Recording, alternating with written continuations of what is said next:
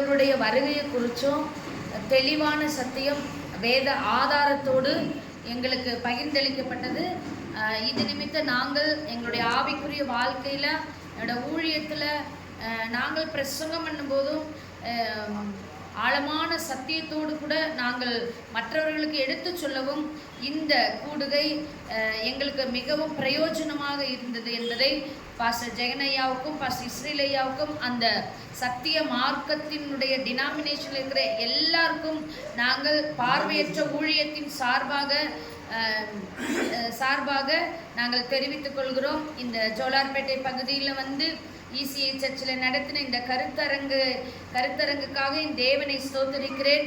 இது எங்களுடைய ஊழியத்திற்கும் எங்களுடைய ஆவிக்குரிய வாழ்க்கைக்கும் வளர்ச்சிக்கும் இது மிகவும் பிரயோஜனமாக இருந்தது என்பதை நாங்கள் சந்தோஷமாக தெரிவித்துக் கொள்கிறோம். இப்போ இந்த 2 நாட்களில் வேதத்திலிருந்து நிறைய கற்றுக்கொண்டோம்.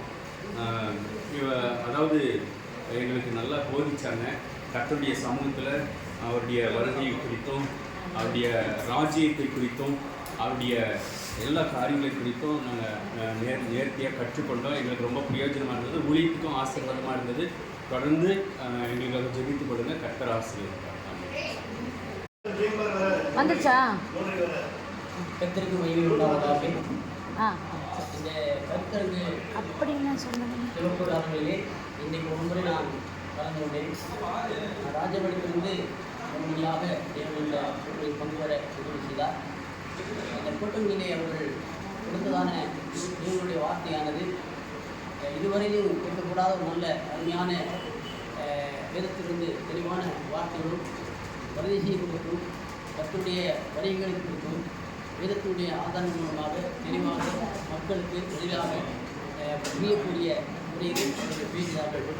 இந்த சத்தியமானது நாளடைவில் அநேக திருச்செவலிலே போகும்போது கர்த்தருடைய வார்த்தைகளை கேட்டு அதிகமான தெளிவான ஒரு சத்தியத்தை புரிந்து கொண்டு கிறிஸ்துவுக்கு வாழ்க்கைக்கு ஏதுவான ஒரு நல்ல ஒரு சத்தியமாக இருக்கும் சொல்லி தெரிவிக்கும் போதே இந்த திருச்செவை இன்னும் இந்த விஷயம் மூலமாக அநேக திருச்செவைகளுக்கு போவதற்கும் இவருடைய ஊழியர்கள் சிறப்பாக நடப்பதற்கும் ஜெபிக்கவும் நான் கூறுகிறேன்.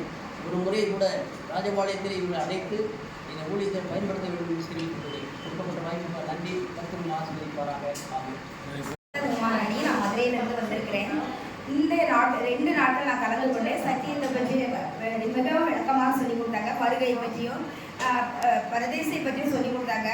ஐயா டான்சஸ் ஜெகன் பாஸ்டர் சொல்லிக் கொடுத்தாங்க. இந்த மற்ற ஊழியக்காரங்களும் சேர்ந்து சொல்லிக் கொடுத்தாங்க. இதில் நிறைய கற்றுக்கொண்டா. என்னன்னு கேட்குறப்போ ஒவ்வொன்றும் வேத வசனத்தோடு சொல்லி கொடுத்தாங்க. அதனால இது எதுவுமே குழப்பமாகிறதுக்கு ஒரு சந்தேகம் கூட எங்களுக்கு இல்லை. வேத வசனத்தின் படி சொல்லி தரும்போது அது மிகவும் எங்களுக்கு பிரயோஜனமாக இருந்தது. ஒரு சில பேர் நாங்கள் என்னதான் வேதத்தை கற்றுக்கொண்டாலும் ஞானஸ்தானம் எடுத்து ரசிக்கப்பட்டாலும் கேள்வி கேட்கும்போது எங்களுக்கு டக்குன்னு சொல்ல பதில் வரவில்லை. அதற்கு ஆதாரத்தோடு விளக்கமாக 2 நாள் எங்களுக்கு சொல்லி கொடுத்தாங்க. இன்னும் சொல்லப்போனால் எங்களுக்கு நாள் பத்தாது. இன்னும் அவங்க இன்னும் விளக்கமாக நாங்கள் கேட்டால் சொல்லி தருவாங்க. நாட்கள் பத்தலை எங்களுக்கு. இன்னும் அநேக தெரிஞ்சுக்கொள்ளணும் தான் எங்களுக்கு வாழ்ந்த கர்த்தர் கொடுத்த நாட்களுக்காகவும் எங்களுக்கு கொடுத்த வாக்கியத்துக்காக நன்றி செலுத்துகிறேன். உங்களுடைய ஊழியம் ஆசீர்வதிக்க கொடுத்தாங்க. கர்த்தருடைய நாமத்துக்கு ஸ்தோத்திரம். ஜோலார்பேட்டை இசை சர்ச்சை சார்ந்தவர். நான் நேற்று என்னால் தவிர்க்க முடியாத காரணத்தினால என்னால் கலந்துக்க முடியல. ஆனால் இன்றைக்கி வந்தேன். நான் இருந்தாலும் ரொம்ப மகிழ்ச்சியாக இருந்துச்சு. வரும்போது சோர்வாக வந்தேன். சில டைமில் எப்படி தூக்கம் தள்ளுச்சு, ஒரு மூதியை மாதிரி இருந்துச்சு. அப்புறம் எசப்பா நான் இங்கே அமர்ந்திருக்குது உங்களுக்கு சுத்த திரும்பப்பா, எனக்கு அந்த தூக்கத்தை நாவே போயிட்டு எனக்கு வர்த்தி விட்டு நான் ஒரு சத்தியத்தை அறிஞ்சிட்டு வந்துக்கிறேன் எசப்பா அப்படின்னு நான் முழுக்கமாக ஜெபம் பண்ணேன். உடனே அந்த தூக்கத்தை நாவே போயிட்டு நான் ஐயா கொடுத்த சத்தியெல்லாம் ரொம்ப எனக்கு இதுவாக இருந்துச்சு. நான் சர்ச்சுக்கு நான் நிறைய டைம் வந்துக்கிறேன். ஆனால் சத்தியத்தை அவ்வளோவா எனக்கு ஆராய்ச்சி நான் படிக்கலை. அதனால இன்று ஐயாவோட அந்த புத்த சத்தியம் எனக்கு மனசில் பதிஞ்சிச்சு. நான் எல்லாமே ரொம்ப ரொம்ப அருமையாக இருந்துச்சு. இந்த வாய்ப்பை கொடுத்த ஆண்டவருக்கும் மெசேஜ் கொடுத்த ஐயாவுக்கும் கொடாக்கும் நன்றி சொல்லியிருக்கேன்.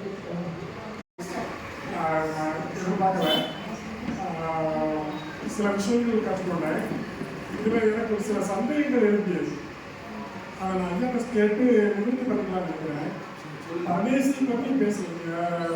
பரதேசியா என்ன அப்படின்னு சொல்லுங்க.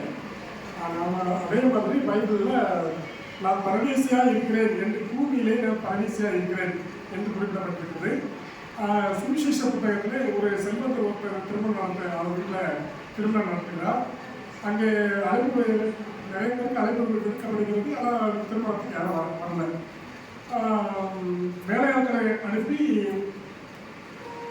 பட்டணத்தோடு போய் தெருக்களில் பட்டணத்தின் ஓரத்தில் இருக்கக்கூடிய கூடர் சப்பாடிகள் பரதேசிகள் இவர்கள் அழைச்சிட்டு வா அப்படின்னு சொல்றாங்க.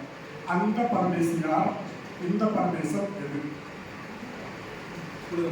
மைக் கொடுங்க. பரதேசி என்பது உலகத்தை சாராத, சுதேசியாக இல்லாத, பரலோகத்தை சார்ந்த வாழ்க்கையில் வாழ்கிறவர்களை பரதேசி என்று சொல்றாங்க.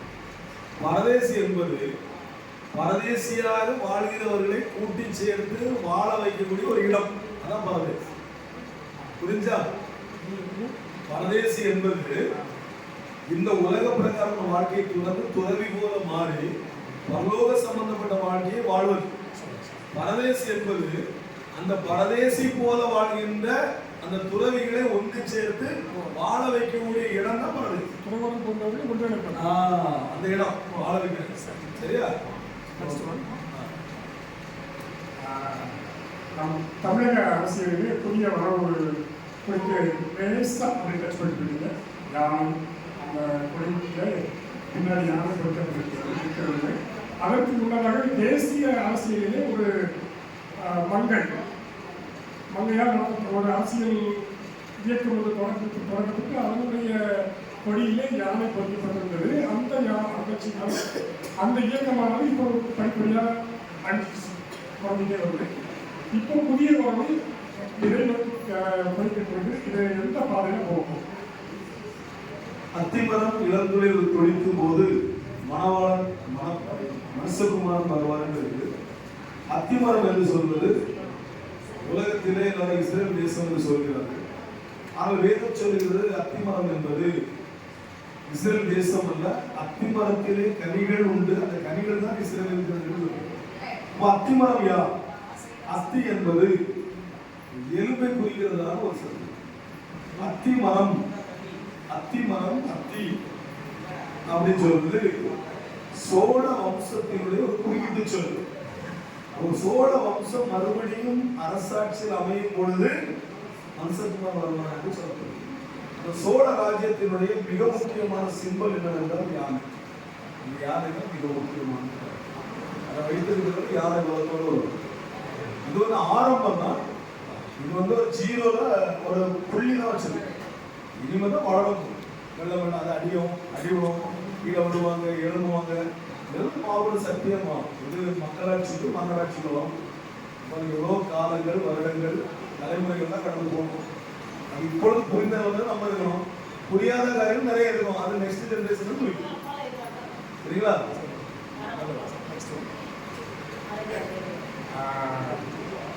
இலக்கியத்திலே 3 தமிழ் பேரரசுகள் சேரன், சோழன், பாண்டியன். இதிலே அதிகப்படியாக காணப்பட்ட யானைகள் காணப்படக்கூடிய தேசம் வந்து சேர நாடு. அந்த சேர நாடு சென்னை தொடங்கி கேரள பிரதேசங்களுக்கு அடங்குது. அங்கேதான் யானை அதிகமாக இருக்கிறது. அந்த யானை தன்மைகள் இங்கிருந்து இஸ்ரேல் தேசத்திற்கு வணிக ரீதியாக எடுத்து செல்லப்பட்டது என்று வரலாற்றில் சில குறிப்பேடுகள் செப்பரேட் கொண்டிருக்கிறார். ஆனால் நீங்கள் வந்து சோழ காலத்தில் இருந்து வணிகத்திற்கு செயல்படுத்தப்பட்டது சொல்லுங்க. இது என்ன கொஞ்சம் அதாவது சேரர்கள் என்பது மலைவாழ் மக்கள். மலையில வந்து யாரும் நடக்காது. நல்ல கவனிக்கணும். மலையில வந்து யாரும் நடக்காது. சேரர்கள் வாழ்கின்ற மலைப்பகுதியிலே நடப்பது மலைவாழ் மக்கள், மலைவாழ் சம்பந்தப்பட்டதாக நடப்பது காளை மாடுகள் மட்டும்தான் மலையேறும், மலையேறும்.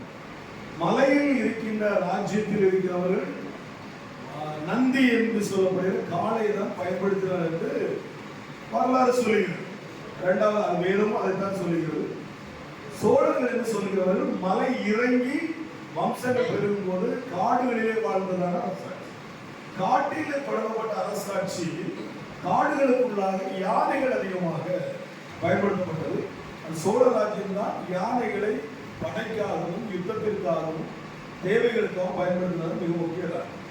மூன்றாவதாக காட்டிலே ஜனம் பெருகும்போது அவர்கள் நிலப்பகுதி, அதாவது கடற்கரை சார்ந்த பகுதிகளுக்குள்ளாக தங்கள் வாழ்விடத்தை அமைத்தார். கடல் சார்ந்த பகுதியில் நிலப்பகுதி அமைக்கும் போது பாண்டிய ராஜ்யம் உருவானது. பாண்டிய ராஜ்யத்திலே மணல் சார்ந்த பகுதிகளிலே குதிரை அதிகமாக ஓடும் என்பதனால் பாண்டிய ராஜாக்கள் வந்தபோது குதிரை அதிகமாக பயன்படுத்த ஆரம்பித்தார். ஒவ்வொரு காலகட்டத்திலும் தமிழ் தொல்காப்பியத்தில் அதிகமான வரலாறுகள் உண்டு, விவரங்கள் உண்டு. அதனால எல்லாத்தையும் சொல்லிவிட முடியாது, சொல்வது நேரமும் கிடையாது. அது சொல்லப்பட்ட கருத்து புரிந்து கொண்ட நன்மையை பயன்படுத்த நம்புகிறேன். புரிந்துதான் இல்லை? தேங்க்யூ. சாட்சி சொல்லி